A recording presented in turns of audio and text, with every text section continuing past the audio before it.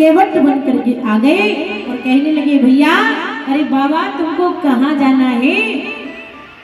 सुदामा जी महाराज ने कहा भैया केवट मैं द्वारिका जाना चाहता हूँ।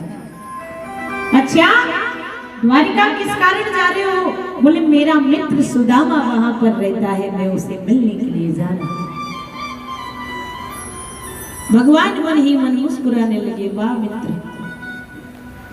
शरीर इतना दुबला पतला और शरीर पर ढंग के वस्त्र भी नहीं है और मित्र सुदामा आज भगवान से मिलने के लिए आए हैं। और भगवान केवट बन करके बोले भैया चलो बाबा मैं तुम्हें पार करा देता हूँ।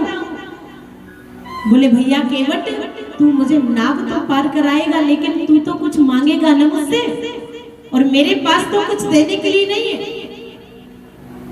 केवट ने कहा बाबा कोई बात नहीं तुम बैठो, तुम्हारे पास जो हो वो दे देना। आज भगवान ने सुदामा जी को बिठा लिया और नाव में बिठा करके चलने लगे। भगवान मुस्कुरा रहे हैं और जैसे ही भगवान मुस्कुराए सुदामा जी कहने लगे भैया केवट एक बात कहूँ, ये तेरा मोड़ो है ना ऐसा लगो मैंने कहूँ देखो एक पहले। भगवान केवट के रूप में कहने लगे बाबा तुमने देखा होगा हमारा काम तो मलाह का है और मलाह तो घाट पर घूमते रहते हैं महाराज, मिले होंगे कभी किसी घाट पर।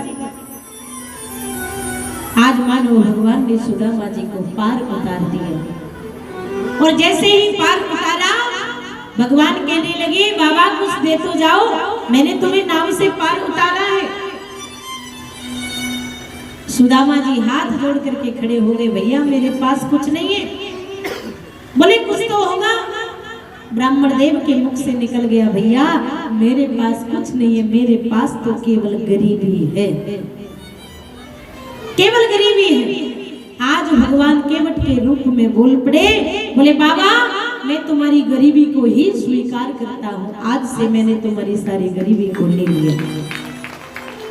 और जैसे ही इतनी बात कही सुदामा जी चौंक गए भैया तू कैसा केवट है जो मेरी गरीबी को ले रहा है। आज तक मैंने केवट बहुत देखे, धन मांगते देखे, लेकिन तूने मेरी गरीबी को नहीं नहीं मैं अपनी गरीबी किसी को नहीं दे सकता।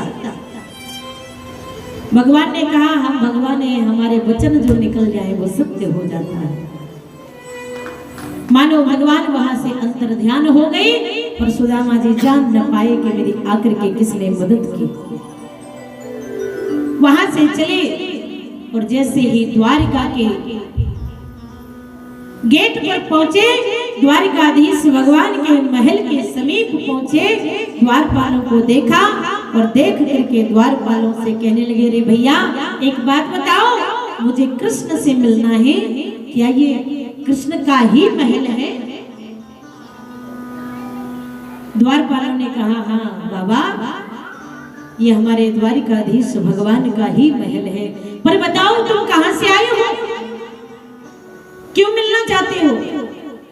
सुदामा जी ने कहा भैया मैं बचपन का यार हूँ उनका और मैं भगवान श्री कृष्ण से मिलने आया हूँ, मेरा नाम सुदामा है।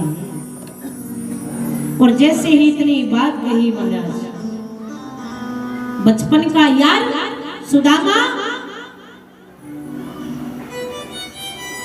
जो द्वारपाल थे दौड़ करके भगवान के पास गए, प्रभु अरे एक भक्त अजीब सा आया है, गरीब सा आया है और अपना मित्र आपका मित्र अपने आप को बताता है।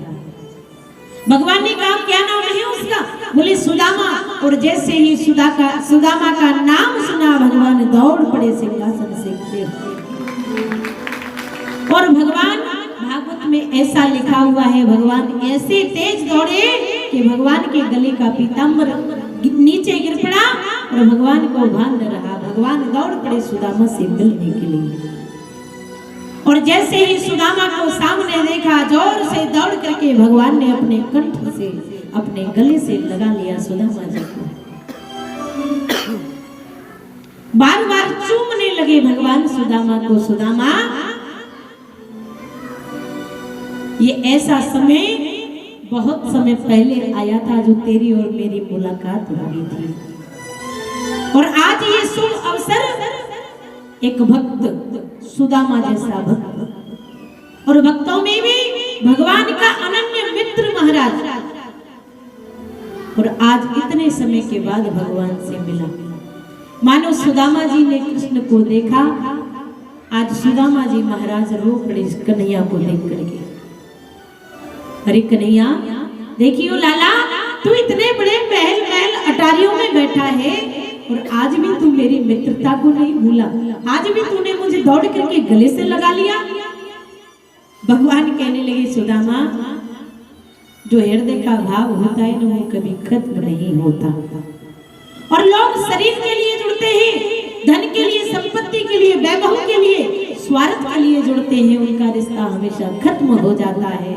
और जहाँ आत्मा का और परमात्मा का मिलन होता है वहाँ रिश्ता कभी खत्म नहीं होता साहब। आज सुदामा जी कृष्ण को देख करके बार बार रोने लगे। मैं कितना बड़ा धन्यवाद दूं अपने जीवन को कि जीवन में लेकर के आया ब्राह्मण कुल में, लेकिन यदुवंशियों में एक राजा ऐसा हुआ जो द्वारिकाधीश कहलाया। वो ऐसा मित्र मेरा बन गया कि आने वाले कलयुग में लोग मुझसे सीख लेंगे कि मित्र कैसा होना चाहिए। तो मैंने कहा ना, वक्त बदलने पर और वक्त पढ़ने पर बदल जाए, ऐसे मित्र को कभी मित्र मत बनाना। चाहे दुख हो महाराज, चाहे सुख हो, चाहे गरीबी हो या अमीरी हो, मित्र सदैव साथ रहे, कभी साथ न छोड़े, ऐसे व्यक्ति को मित्र बनाना। आजकल जो लोग महाराज जो रिश्ते के तालों को खोलते हैं ना, वो चाबी से नहीं खोलते, वो सीधे हथौड़े से प्रहार करते हैं।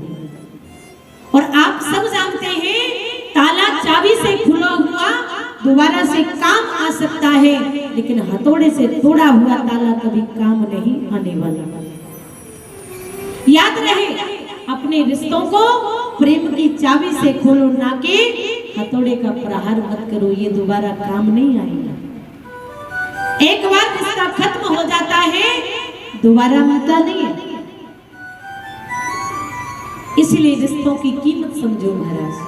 इन रिश्तों में रहकर भी भगवान को रिझाना है। क्या सुदामा जी महाराज रिश्तों में नहीं रहे? परिवार उनके, पत्नी उनकी, पुत्र उनके, मित्र उनके, लेकिन कहने का भाव मैं सीधी सी ब्रज की भाषा में आपको बता दूं, 10 गधे मत पालना, 2 घोड़े पाल लेना, वही आपके लिए पर्याप्त हो जाएंगे। समझ में आया कुछ कि नहीं? 10 गधों की आवश्यकता नहीं है, और यदि 2 घोड़े हमारे पास हैं तो 2 घोड़े 10 गधों से भी आगे निकल जाएंगे। हाथ का सच्चा और लंगोटी का पक्का ऐसा मित्र हमारा होना चाहिए। सुदामा जी महाराज को आज भगवान ने अपने सिंहासन पर बिठाया और बिठा करके ब्राह्मण देव हैं, विप्र हैं, तिलक पूजन किया उनका, सुंदर सुंदर भोजन खिलवाए महाराज। ऐसा कहते हैं सुदामा जी महाराज ने कुछ समय तक द्वारिका में वास किया, और जब भगवान चलने के लिए, आज सुदामा जी चलने के लिए तैयार हो गए, तो भगवान कहने लगे सुदामा जी आप मेरे मित्र हो, अच्छी बात है, लेकिन उससे पहले आप ब्राह्मण हो, और ब्राह्मण द्वार पर आकर के आशीर्वाद न दे करके जाए, ऐसा नहीं हो सकता। इसलिए महाराज मेरी पट रानियों को आज आप आशीर्वाद दे करके जाइए।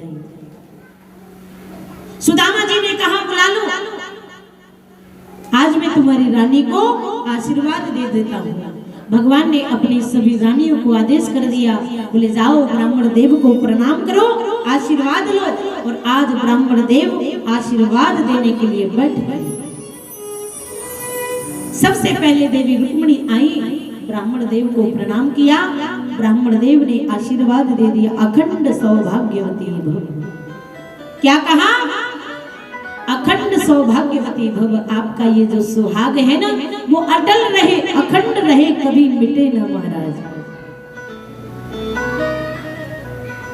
जामवती, सत्यभामा, कालिंदी, मित्रविंदा सब निकल निकल करके आने लगे। और सुदामा जी महाराज दुर्बल शरीर है, सबको आशीर्वाद देते जा रहे हैं, अखंड सौभाग्यवती भव, अखंड सौभाग्यवती भव। आशीर्वाद देते देते थक गए महाराज सुदामा जी महाराज। सुदामा जी कहने लगे कन्हैया एक बात बता, इतने पड़ोस की बुलाने की क्या जरूरत थी तुमको? लाला तू जाने ना है मेरे शरीर वृद्ध है वो है, अब मैं आशीर्वाद ज्यादा ना दे पाऊं। सुदामा जी कहने लगे भैया ये पड़ोस की नहीं है, ये सब तुम्हारी भाभी है। अच्छा तो कन्हैया तेने बहुत गलत काम करो है। अरे तेने इतने विवाह कर लिए, एक में भी मित्र को याद नहीं किया। भगवान कहने लगे ब्राह्मण देव क्या बताऊं, जितने भी विवाह हुए ना मेरी मर्जी से एक भी नहीं हुआ, निमंत्रण देने का अवसर ही नहीं मिला, तत्काल में विवाह करने पड़े। इसीलिए किसको बुलाता, मैंने किसी को नहीं बुलाया। और ये 16,100 रानियां हैं मेरी, 16,108 रानियां हैं मेरी। और जितने भी भगवान ने विवाह किए सब देवियों की इच्छा से किए, भगवान ने अपनी इच्छा से एक भी विवाह नहीं किया। एक विवाह भगवान ने अपनी इच्छा से किया, हो सकता है जो आप सबको न पता हो, क्योंकि ये कथा भागवत कथा में नहीं आती, ये गर्ग संहिता में आती है महाराज। भगवान ने अपनी इच्छा से जो विवाह किया वो मेरी लाडली श्री राधा रानी के साथ किया। और कहाँ किया आपको बता दूं, जब आप वृंदावन आओ तो वृंदावन के बाद भांडील वन में जाकर के दर्शन करना। जैसे कल मंडप का आप दर्शन कर रहे थे, ऐसा ही मंडप आज भी विद्यमान है मेरे गोविंद का, जिस मंडप में विवाह हुआ था। और गठबंधन किसी धागे का नहीं, गठबंधन किसी कपड़े का नहीं, किसी वस्त्र का नहीं, आज भी पेड़ का पेड़ में गठबंधन हो रखा है महाराज। आकर के दर्शन करना। भांडील वन में स्वयं ब्रह्मा विष्णु महेश आए और आकर के विवाह भगवान का संपन्न कराया। तो एक ही विवाह भगवान का ऐसा है जो अपनी इच्छा से भगवान ने किया। सुदामा जी महाराज कहने लगे अच्छा 16,108 विवाह कर लिए भैया तूने और हमें बताया नहीं। भगवान ने कह दिया ब्राह्मण देव क्षमा करो, अवसर नहीं मिला किसी को भी बुलाने का। मानो दुर्बल शरीर है ब्राह्मण देव का। कन्हैया को दया आ गई, मन में विचार किया मेरा मित्र थक जाएगा, आशीर्वाद देते देते दौड़ करके भगवान आए और आकर के ब्राह्मण देवों के चरणों में लेट गए और कहने लगे ब्राह्मण देव मेरी सभी रानियों के बदले का आशीर्वाद आप मुझे ही दे दो। आज ब्राह्मण का सम्मान कैसे करना चाहिए ये मेरे गोविंद से सीखिए महाराज। भगवान चरणों में लेट गए, मानो सब रानियों के बदले का आशीर्वाद कन्हैया को दे दिए। और कन्हैया वहां से आशीर्वाद लेकर के आज भगवान को विदा करने लगे। इधर भगवान ने विश्वकर्मा को आदेश कर दिया एक सुंदर सी पुरी का निर्माण किया जाए। विश्वकर्मा जी ने सुंदर सी पुरी का निर्माण किया और उसी पुरी का नाम रख दिया सुदामापुरी। कितना बड़ा राज दे दिया महाराज, सुदामापुरी का निर्माण करवा दिया अपने मित्र के लिए। कुछ मांगने नहीं गए मित्र के यहाँ, लेकिन भगवान ने जो चावल की पोटली देखी ना उसका दर्शन किया, समझ गए कि मेरे मित्र की अत्यंत गरीबी है। कुछ लोग कहते हैं महाराज सुदामा जी दरिद्र थे। सुदामा जी एक ब्राह्मण, संध्या वंदन करने वाला, वेद पाठी, कर्म कांडी, कभी दरिद्र हो सकता है क्या? नहीं, किसी भी ग्रंथ में नहीं लिखा कि सुदामा जी दरिद्र थे, गरीब थे। और गरीबी सबको आ सकती है। और आज मेरे गोविंद ने एक सुंदर सी पुरी का निर्माण कराया, उसका नाम रख दिया सुदामापुरी। बोलो सुदामापुरी की। और जब सुदामा जी पुनः लौट करके अपने महल के समीप पहुंचे, जो छोटी सी कुटिया थी बड़ा सा महल दिखने लगा। मन में विचार आया मेरी सुंदर सी कुटिया को किसी ने तोड़ दिया। इतने में ही देवी सुशीला निकल करके आई, अपने स्वामी का स्वागत सत्कार किया। ब्राह्मण देव ने पूछ लिया, सुशीला ये तू किसके महल में आ गई है? देवी सुशीली ने कहा, प्रभु स्वामी ये किसी और का महल नहीं है, ये हमारा ही महल है जो गोविंद ने हमारे लिए बनाया है।